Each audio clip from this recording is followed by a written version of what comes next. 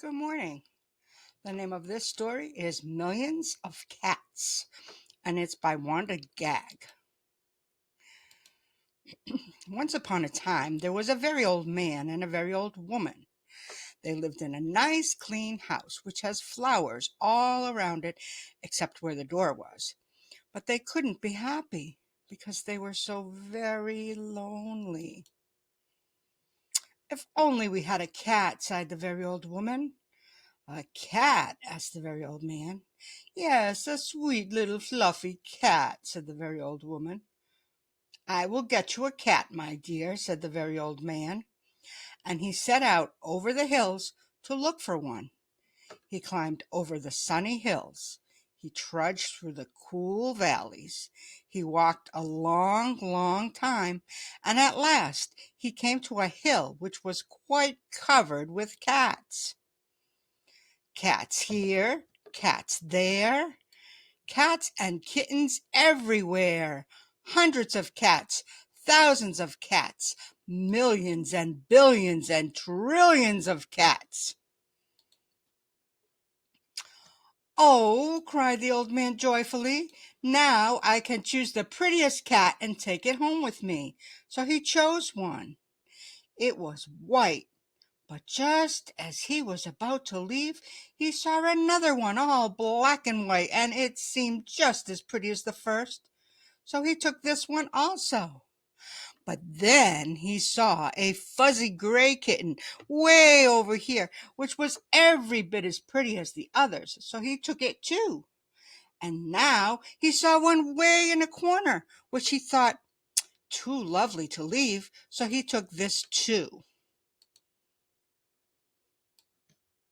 And just then, over here, the very old man found a kitten, which was black and very beautiful. It would be a shame to leave that one, said the very old man. So he took it. And now, over there, he saw a cat, which had brown and yellow stripes like a baby tiger. I simply must take it, cried the very old man. And he did.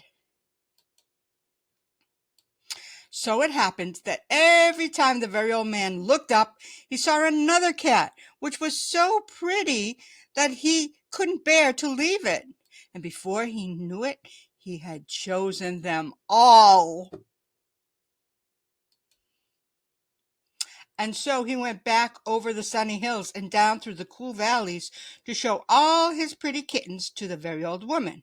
Was very funny to see those hundreds and thousands and millions and billions and trillions of cats following him.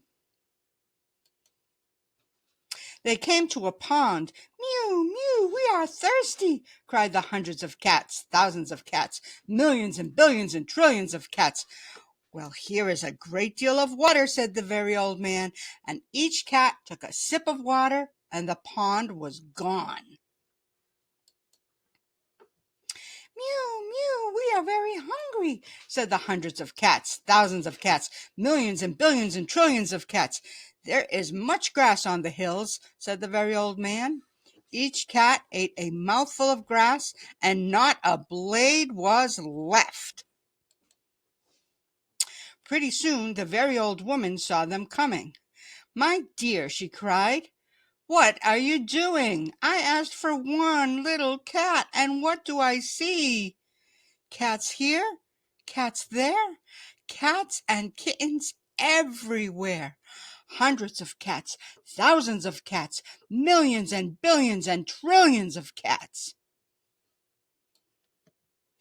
But we can never feed them all, said the very old woman. They will eat us out of house and home. I never thought of that, said the very old man. What shall we do? The very old woman thought for a while, and she said, I know. We will let the cats decide which one we should keep. Oh, yes, said the very old man. Which one of you is the prettiest? I am. I am. No, I am. No, I am the prettiest. I am. No, I am. Oh, I am. I am, cried the hundreds and thousands and millions and billions and trillions of voices for each cat that thought itself the prettiest. And they began to quarrel. They had so many fights with each other. that the very old man and the very old woman ran into the house as fast as they could. They did not like this quarreling. But after a while the noise stopped, and the very old man and the very old woman peeped out the window to see what had happened. They couldn't see a single cat. The woman said, "Oh, it's too bad." "But look," said the very old man, and he pointed to a bunch of high grass, and in it sat one little frightened kitten. They went out and picked it up. It was thin and scraggly. "Poor little kitty," said the very old woman. "Dear little kitty," said the very old man. "How does it happen that you were not disappeared with the other hundreds and thousands and millions and billions and trillions of cats?" "Oh, I'm just a little homely little cat," said the kitten. "So when you asked who was the prettiest, I didn't say anything, so nobody bothered with me." Then they took the kitten into the house, where the very old woman gave it a warm bath and brushed its fur until it was soft and shiny. And every day they gave it plenty of milk, and soon it grew nice and plump. "And it is a very pretty cat after all," said the very old woman.